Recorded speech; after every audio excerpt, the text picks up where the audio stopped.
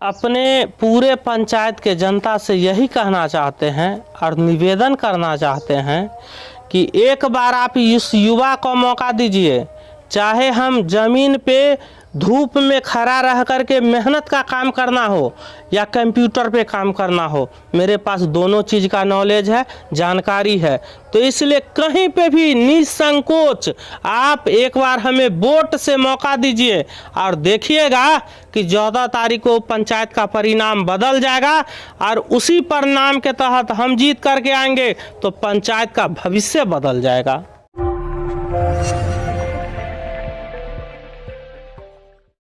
नमस्कार, आपके देखना शुरू कर चुके हैं द लाइव इंडिया और मैं हूं मोहम्मद मुर्तज़ा। रूबरू प्रोग्राम के तहत हम आ पहुंचे हैं मधुबनी जिला के बिस्फी प्रखंड अंतर्गत ग्राम पंचायत राज बल्हा के मुखिया प्रत्याशी, मुखिया उम्मीदवार पहली बार सियासत के मैदान में, सियासत के दंगल में अपनी किस्मत आजमाने उतरे हैं, अरुण कुमार कुशवाहा।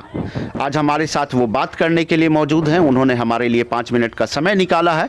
आइए हम जानते हैं उनसे कि इस बार की चुनाव रणनीति में उनकी ऐसी कौन सी रणनीति है जो जनता को प्रभावित करती है और उनका क्या रोड मैप होगा अगर जनमत संग्रह उनके साथ होता है।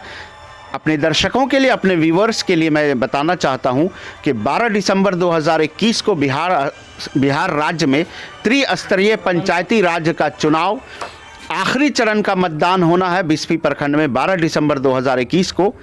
और चुनावी सरगर्मियां, कैंपेन अभी ज़ोरों शोर पे है। अभी भी कैंडिडेट और कैंडिडेट के समर्थक, उम्मीदवार और उम्मीदवार के समर्थक जो हैं उनके सर पे इलेक्शन का फीवर सर चढ़कर बोल रहा है। तो इसी क्रम में आइए हम अरुण कुमार जी से बात करते हैं, मुखिया प्रत्याशी हैं। द लाइव इंडिया परिवार में आपका बहुत बहुत स्वागत है। धन्यवाद और नमस्कार। इस बार का जो सबसे अहम मुद्दा है पंचायत के चुनाव में, ऐसा कौन सा मुद्दा को लेकर आप चले हैं चुनावी सफ़र में? देखिए, हम पहली बार चुनाव लड़ रहे हैं बल्हा पंचायत से और मुखिया के रूप में अपना नामांकन कराए हैं। और हमारा जो बल्हा पंचायत है ना, यह बाढ़ और सुखाड़ से बुरी तरह प्रभावित रहता है। या तो यहाँ पे 5 महीना बाढ़ रहता है, अन्य तो सुखाड़ हो जाता है। यहाँ पे इसका मुख्य कारण है कि हमारे यहाँ इस बल्हा पंचायत के बीचों बीच से एक नदी गुजरती है, जिस नदी का नाम अधवारा समूह का धौस नदी है।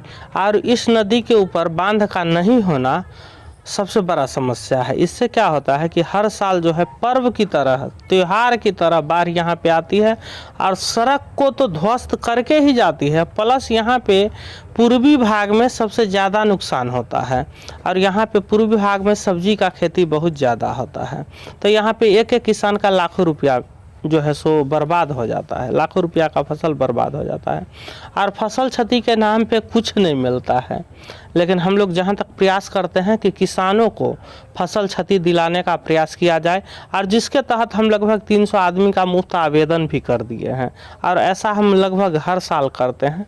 हम गांव में 8 साल से रह रहे हैं और हमारे पंचायत का मुख्य समस्या बांध, श्मशान और कब्रिस्तान, रोड, नाला यही है। और किसानों को, किसान के अलावा हमारा जो पंचायत है मजदूर प्रधान है। तो यहाँ पे एक भी लोगों को मनरेगा के तहत आज भी जो 100 दिन का गारंटी होता है ना काम के तहत, इसमें एक भी आदमी, एक भी ऐसे व्यक्ति नहीं है जिनको इस चीज़ का लाभ मिल रहा है कि उनको मनरेगा के तहत जोड़ा गया है। आप बैंगरा पोखर पे जाइएगा तो देखिएगा पंचायती राज लगभग 20 साल से लागू है। और पंचायती राज लागू करने का मुख्य उद्देश्य था कि पंचायत को विकसित करना। लेकिन धरातल पे देखिएगा ना तो विकास आपको कोसों दूर तक नज़र नहीं आएगा। चाहे बैंगरा पोखर पे आज तक एक सड़क निर्माण का काम हो, या याकूब के घर से लेकर के माह टोला तक सड़क का निर्माण का काम हो, या हमारे 3 नंबर, 4 नंबर और 5 नंबर वार्ड में यहाँ पर भी देखिएगा तो यहाँ पे भी काम नहीं के बराबर हुआ है। और ख़ास करके अब पता नहीं वर्तमान मुखिया जी हैं उनको अपने माइंड में क्या चल रहा है। या तो पहले तो आधे आधे वार्ड के सपोर्ट से वो करते थे। अभी क्या हो गया है कि पिछले पंचवर्षीय से हर वार्ड के अकाउंट में पैसा आना चालू हो गया है, जिसके तहत कुछ वार्ड में काम भी हो रहा है। नहीं तो पहले तो ये भी काम नहीं होता था, आधे वार्ड को अपने में मिला करके मनमर्जी काम करते थे। आप किसी भी वार्ड सदस्य से जाकर के पूछ लीजिएगा तो कोई नहीं कहेंगे कि हम मुखिया जी से संतुष्ट है। आप समझ सकते हैं, जो मुखिया जी के सदस्य हैं, वार्ड सदस्य हैं, वह उनसे नहीं संतुष्ट है तो पब्लिक कितना संतुष्ट होगा। प्राकृतिक आपदा है और बाढ़ एक प्रलय का मुख्य स्रोत भी है इस इलाके में, इस पंचायत के लिए। तो आपने अभी जिक्र किया है, तो क्या आपदा की जो राशि है 6,000 रुपये वो लोगों को मिल सकी है? क्योंकि आपने फसल क्षति और घर खसी की बात की है, तो 6,000 रुपये पर भी कुछ टिप्पणी कर लीजिए। देखिए, आप पूरे पंचायत में पता कीजिएगा, एक भी कोई ऐसा व्यक्ति नहीं है जिसको बाढ़ सहायता राशि के नाम पे 6,000 रुपया मिला है। पूरे पंचायत में नहीं मिला है। और इसके जिम्मेवार कहीं ना कहीं मुखिया जी भी है, क्योंकि उनके हाथ में है। क्योंकि यह जो पंचायत है ना, उनका एक अपना गांव है, एक समाज है, और इनके लिए वह खड़े नहीं हो रहे हैं। हम तो कह रहे हैं, मेरे हक में मुझे करने का यह पावर था कि हम लोगों को फसल क्षति का आवेदन कर दिए हैं। किसी से भी आप पूरे पंचायत में पूछ सकते हैं, क्योंकि जो मेरे पावर में है हम तो वह कर ही रहे हैं। हम अभी किसी पद पे भी नहीं हैं, फिर भी हम समाज के लिए खड़े हो रहे हैं, समाज के लिए सोच रहे हैं। तो वर्तमान में मुखिया जी अभी नया घोषणा किए हैं कि हम 100 बेड का हॉस्पिटल बनाएंगे, नदी के दोनों तरफ में बांध बनाएंगे। इतना दिन से कहाँ थे मुखिया जी? आपको तो 15 वर्ष से 3 बार से लगातार आप चुनाव जीत करके आ रहे हैं, तो आप क्यों नहीं किए? अभी जो आपको घोषणा करना पड़ रहा है कि हम श्मशान का काम कराएंगे, कब्रिस्तान का काम कराएंगे, क्या पिछले 15 साल में आपने बैंगरा श्मशान का वादा करके, पिछली बार भी आपको बैंगरा के लोग वोट दिए और पिछली बार भी आप वादा करके आज तक वहाँ पे श्मशान का काम नहीं हुआ। मुखिया जी के द्वारा कुछ कब्रिस्तान का काम किया गया है, हम इस चीज़ नहीं कह रहे हैं कि नहीं किए हैं, लेकिन पूरे पंचायत में एक भी श्मशान खास करके नहीं किया गया और कब्रिस्तान का भी काम नहीं किया गया है। रजिस्टर्ड कब्रिस्तान बल्हा के अंदर है और फ्लड में डूबा होने के कारण या फ्लड ग्रसित होने के कारण यह हमारा बल्हा पंचायत, वहाँ पे कब्रिस्तान का भी काम नहीं हुआ है। तो मुखिया जी आखिर अपना बोलते कुछ है और करते कुछ है। बिहार सरकार की एक महत्वाकांक्षी योजना है, एक बहुत ही ड्रीम प्रोजेक्ट है अपने चीफ मिनिस्टर, इस राज्य के मुख्यमंत्री का, नल का जल। आपका घर तो बिल्कुल बयाबान में अलग बनाए हुए हैं, क्या यहाँ तक नल का जल पहुँचा है? हमारा घर तो छोड़िए, पूरे पंचायत में कहीं पर भी हर घर नल का जल, जो सपना मुख्यमंत्री जी का था, नीतीश कुमार जी का, कि हर घर को जल होगा, मेरे पंचायत में ही लागू नहीं है। आप मेरे घर का बात छोड़ दीजिए, पूरे पंचायत में कहीं पर भी पानी टंकी नहीं लगा है। और मुखिया जी बोले कि नहीं, ये मेरे बस में नहीं था, तो हम PhD विभाग को लिख करके दे दिए। आपके विकास पैमाना में, आपके रोड मैप में, आपके संकल्प पत्र में ऐसा कौन सा विकास का एक लहर है जो पिछले 15 वर्षों या 20 वर्षों से इस पंचायत को तरसा रही है, या ये पंचायत तरस रही है वैसे विकास करने को? देखिए, हमारे यहाँ बहुत सारे लोग जो है ना इस चुनावी मैदान में हैं। हम मिला करके कुछ 5 उम्मीदवार इस चुनावी मैदान में हैं और हर एक आदमी का एक ही लक्ष्य है कि वर्तमान मुखिया को हटा करके हमें कोई नया मुखिया लाना चाहिए।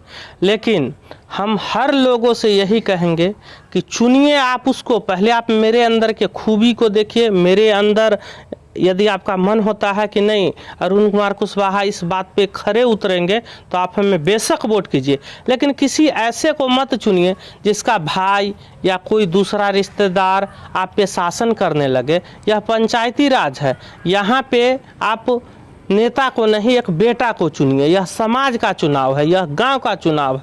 यहाँ पे कोई किसी से दिखारा नहीं होना चाहता है, लेकिन हर एक के माइंड में है कि बदलाव होना चाहिए और बदलाव होकर के रहेगा। सत्ता परिवर्तन से क्या आपको यकीन है कि विकसित हो जाएगा आपका पंचायत? देखिए, एक कहावत है, सत्ता और खेत पलटने का चीज़ है। यदि खेत को आप नहीं जोतिएगा ना, तो उसमें कुछ आप फसल नहीं उगा सकते हैं। वही तो आप एक नई परिभाषा और नया सिद्धांत इस पंचायत के हवाले सौंपना चाहते हैं कि हर 5 वर्षों पे परिवर्तन लाना चाहिए। जी बिल्कुल लाना चाहिए। हम कह रहे हैं ना, सत्ता और खेत पलटने का चीज है, इसको पलटिए, नया नया फसल उगेगा। यदि आप सत्ता को पलटते हैं तो पंचायत में विकास बढ़ेगा। यदि आप किसी एक के हवाले छोड़ देते हैं तो फिर तो वह मनमर्जी करने लगता है। देखिए 8000 वोटर होने के बावजूद एक आदमी 1000 वोट से अपना चुनाव जीत जाते हैं। कुल वोटर उनके पक्ष में 1000 गिरता है और वो अपना चुनाव जीत जाते हैं। और वह कहते हैं कि मेरे समर्थक टेंशन नहीं ले, हम फिर से चुनाव जीत रहे हैं। तो पूरे पंचायत आपका है और हम फिर कहेंगे कि हर एक पंचायत का नागरिक आपका है। भेदभाव क्यों है? बैंगरा पोखर पे आज तक काम क्यों नहीं हुआ? माह टोला पे आज तक काम क्यों नहीं हुआ? मोइन टोला पे आज तक क्यों नहीं काम हुआ? एक कहावत है, शिक्षा पे अब हम बात करते हैं कि एक कहावत है, शिक्षा सवाल को जन्म देता है, इसलिए हर एक को शिक्षित होना जरूरी है। लेकिन 3 नंबर 4 नंबर और 5 नंबर वार्ड में जब आप देखिएगा तो यहाँ पे स्कूल ही नहीं है, शिक्षा का केंद्र ही नहीं है, आंगनबाड़ी केंद्र भी नहीं है, आंगनबाड़ी केंद्र भी कोई निर्माण नहीं है यहाँ पे।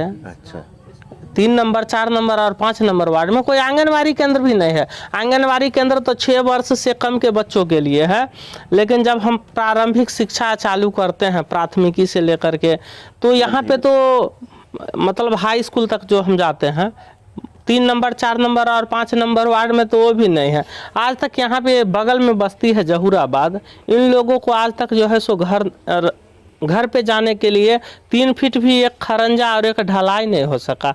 जबकि गली नाली का मुखिया जी कहते हैं कि हम 75 नाली बनाए हैं और 100 सड़कें बनाए हैं, तो यहाँ पे क्यों नहीं बना? कुल वार्ड कितना है इस पंचायत? यहाँ पे कुल 14 वार्ड है। अच्छा। तो आप मुखिया जी का कहना है कि हम 75% लोगों को पीएम आवास, मतलब जो पहले इंदिरा गांधी आवास था अभी पीएम आवास हो चुका है, मतलब पक्का मकान में भी हम 75% लोगों को दिला चुके हैं और सड़क और नाली का काम भी 75% लोगों को कर चुके हैं। तो एक बात बताइए, यदि 75% लोगों को पीएम आवास मिलने का मतलब होता है कि पंचायत में हर एक घर पक्का का होना चाहिए, लेकिन क्योंकि 25% लोग तो अपने पैसे से भी घर बना लेते हैं, तो ये 75% है कहाँ है? मुखिया जी कह रहे हैं कि हम हर जगह पे सड़क नाली का व्यवस्था किए हैं। तो आप 3 नंबर वार्ड का रिपोर्टिंग कर लीजिए, 4 नंबर का कर लीजिए और 5 नंबर का कर लीजिए, बल्हा घाट पे 6 नंबर का कर लीजिए। 6 नंबर पे कुछ काम हुआ है 1 साल पहले, और बीचों बीच जो नाली का काम हुआ है, नाली फूटा हुआ है, उसी में मुखिया जी का विकास नजर आ रहा है। आप बैंगरा पोखर पे जाइएगा तो वहाँ पे भी एक सड़क का निर्माण नहीं हुआ है, नाली तो छोड़ दीजिए। माठ टोला पे आज तक एक सड़क का निर्माण नहीं हुआ है। बाढ़ के समय में हमारे पंचायत में जब लोगों को सांप काट लेता है तो सर्पदंश से लोग मर जाता है, यहाँ पे इलाज का भी व्यवस्था नहीं है। तो मुखिया जी कहते हैं हम हर क्षेत्र में विकास किए हैं। कुछ लोग अपना एक घोषणा पत्र जारी करते हैं, बाहर से आते हैं हर 5 साल पे चुनाव लड़ने के लिए आते हैं। उन लोगों के लिए एक ही कहना चाहेंगे कि तुम तो ठहरे परदेसी, साथ क्या निभाओगे, और सुबह पहली गाड़ी से दिल्ली चले जाओगे। तो इसलिए वैसे लोगों को चुनिए जो आपके बीच में हो, गांव में हो, समाज में हो। हम भी 8 साल से गांव में रहते हैं, तो ऐसे लोगों को चुनिए जो आपका सुने, आप उनका मत सुनिए, जो आपका सुने ऐसे लोगों को चुनिए। 8 सालों से आप धरातल पे हैं, अपने गांव, अपने मातृभूमि पे हैं, तो क्या क्या बदलाव आप देखे हैं और क्या क्या बदलाव आपको चाहिए जो नहीं हो सका? देखिए, बल्हा पंचायत के अंतर्गत मोइन टोला गाँव है जो हमारा 3 नंबर वार्ड है, और बल्हा पंचायत में यदि सबसे ज़्यादा डेवलप कोई गांव किया है, कोई तरक्की किया है तो मोइन टोला गाँव किया है, क्योंकि यहाँ पे पहले योगदान किसका इसमें? जनप्रतिनिधि, पंचायत प्रतिनिधि, सरकार या समाज? जी नहीं, हम लोग खुद इसके लिए एक मसाल जलाए हैं। हम लोग खुद हर क्षेत्र में काम किए हैं। यहाँ पे जो जमीन खरीदने का मामला हो या घर बनाने का मामला हो, हर कोई हमारे साथ आए हैं, हमारे ग्रामीण। तो यदि आज तरक्की किए हैं तो हमारे ग्रामीण भी किए हैं। और आप धरातल पे देख सकते हैं। तो यदि हमें मौका मिलता है तो जिस प्रकार से मेरा एक मोहल्ला तरक्की किया है उसके हम सहभागी रहे हैं, तो पूरे पंचायत को बिहार में नंबर 1 पंचायत बनाने का काम मेरा होगा। अगर जनमत संग्रह और जनता आपके साथ रहती है और 12 दिसंबर को चुनाव होना है, आखिरी चरण का मतदान होना है पंचायती राज का, और 15 तारीख तक परिणाम आ जाएगा, अगर आपके मतदाता आपके कंधे से कंधा मिलाकर खड़ी रहती है 15 तारीख तक, आपको कामयाब करती है, तो आप क्या तोहफा देंगे इस पंचायत को? देखिए, यदि हम चुनाव जीत करके आते हैं बलहा पंचायत में, तो पूरे बिहार में नंबर 1 पंचायत का दर्जा दिलाने का मेरा प्रयास होगा। और प्रयास नहीं, हम जो कहेंगे वो करके दिखाएंगे, चाहे वो किसी भी क्षेत्र में काम हो। लोगों को मनरेगा के तहत मजदूर को जोड़ने का काम हो, या सड़क बनाने का काम हो, या नाली बनाने का काम हो, या नदी के ऊपर बांध बनाने का काम हो, हर क्षेत्र में काम करेंगे। और चुनाव जीत करके आएंगे ना, तो शपथ ग्रहण होने के 15 दिन के बाद ही हर जगह पे काम चालू हो जाएगा। आम सभा और बिचौलियों और दलालों, इस पर भी टिप्पणी कर लीजिए। देखिए, हम कहेंगे कि 15 वर्षों में जो लूट खसोट हुआ है ना, इस चीज़ को लोग भूल जाएं, जो वर्तमान के द्वारा और उनके असमर्थकों के द्वारा किया गया है। इस चीज़ को भूल जाइए, क्योंकि आपने ऐसा सरकार बनाया जो आपका नहीं सुना, आपका लूट करके चला गया। ऐसा सरकार बनाइए जिसके गले में आप हाथ डाल सकते हैं, ऐसे लोगों से काम करवा सकते हैं। और यह मौका हम किसी को नहीं देंगे, क्योंकि लोगों का जो तकलीफ है, पंचायत का जो तकलीफ है, पंचायत का जो दुर्दशा है, उसी में हम भी आते हैं। तो इसलिए यदि हम अपने समाज को ठीक करेंगे तो इसमें हम भी आते हैं, क्योंकि यह मेरा व्यक्तिगत विकास या काम नहीं होगा, पूरे पंचायत का होगा। ये बात सही है। हम अपने दर्शकों से कह दें कि प्राकृतिक आपदा हो या आसमानी आफत हो, अगर बारिश हो या बिजली गिरे या बाढ़ आए या भूकंप आए, तो उससे न बड़ा बचेगा, न गोड़ा बचेगा, न पढ़ा बचेगा, न जाहिल बचेगा, न अमीर बचेगा, न गरीब बचेगा, क्योंकि वो सबके लिए आता है। तो एक पंचायत है, एक गांव है, अगर वहाँ विकास होता है, विकास की लहर चलती है, विकास की हवा चलती है, तो वो हर गालों और हर आत्मा और हर शरीर को छूकर, हर दरवाज़ा, हर चौखट को छूकर निकलेगी। वो हवा या वो धूप या वो विकास की लहर जो है, वो न किसी घर, न वो किसी छत, न वो किसी चेहरा को छांटेगी और न छटनी करेगी। तो अरुण जी, हमारे चैनल के माध्यम से अंतिम में चलते चलते अपने मतदाता बंधुओं से और मतदाताओं से क्या अपील और क्या मैसेज शेयर करना चाहते हैं आप?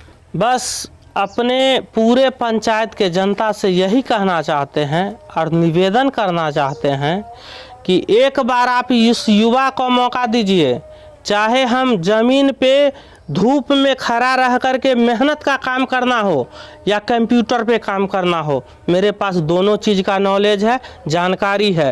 तो इसलिए कहीं पे भी निसंकोच आप एक बार हमें वोट से मौका दीजिए, और देखिएगा कि 14 तारीख को पंचायत का परिणाम बदल जाएगा, और उसी परिणाम के तहत हम जीत करके आएंगे तो पंचायत का भविष्य बदल जाएगा।